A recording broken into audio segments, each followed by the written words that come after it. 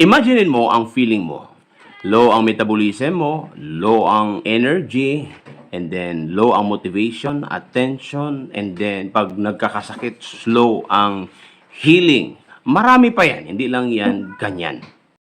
Pag ito kasi, hindi natin ma-recognize at manatili itong feeling na ito, meron itong problema na mangyari. Like for example, fatigue, low energy, considered ito na silent siya ng causes ng diabetes, hypertension, heart disease, and iba pang mga chronic problem. From that feeling, hindi mo masabi na nagkakasakit ka na. Feeling mo lang yun. Pero slowly, may ginagawa at nagli-lead ito ng isang problem. Naging predictor ito mga kaibigan. Ibig sabihin, ma-predict ang isang tao na magkakaroon ng sakit pag meron iyong feeling na iyon. Pero alam mo ba na ang feeling na yun ay related or linked and associated siya sa, like for example, low energy. Yung energy na yan is galing yan sa ating kinain and production po yan doon sa ating mitochondria, yung energy hub natin. And yung energy hub natin, hindi yun gagalaw, hindi yun mag-produce without nutrients. Like for example, amino acids, vitamins, minerals na responsible sa pag-produce ng energy. Kaya ibig sabihin, ang deficiency ay sa malaking role ito. Bakit may feeling ka na ganyan?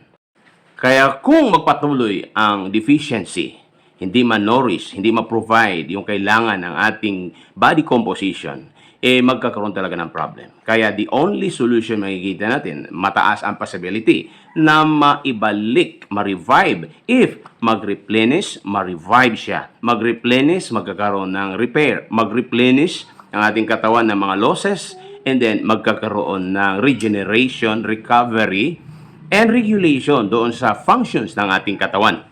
Kaya ang masasabi ko, hindi lang basta kakain ka. Hindi lang basta i-reward mo ang sarili mo.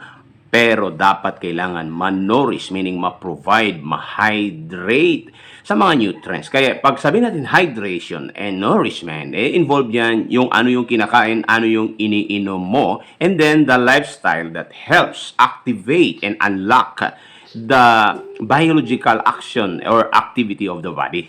Pero may challenges ang isang tao.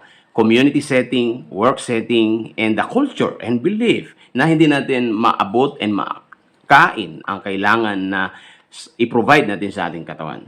Kaya, merong mga products available today. Like for example, itong The Inner Coffee. Hindi lang siya basta coffee, fortified na siya with vitamins, minerals, and amino acids. Hindi lang siya basta herbal coffee. And then, ngayon, meron ding The Inner Choco na dark choco spirulina, moringa, pero fortified siya with omega-3 amino acids. And then, meron siyang probiotics. And according sa study ng NIH, the best carrier is the dark choco, lalo na pag stevia lang siya. And then, with the inner Vita capsule na meron siyang amino acids, vitamins, and minerals, and herbs.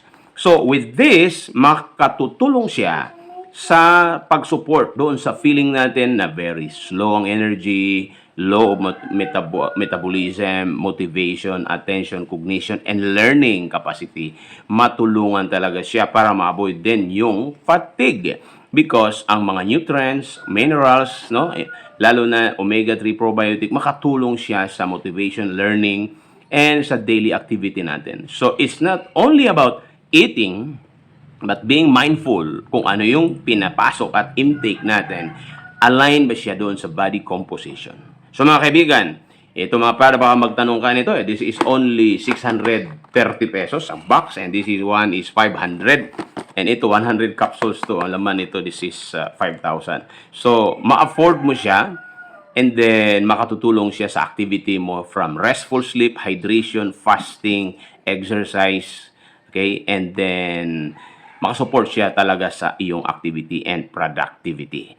So kung kailangan mo ng ganito, just let me know. Tulungan kita na ma-link sa mga resellers natin.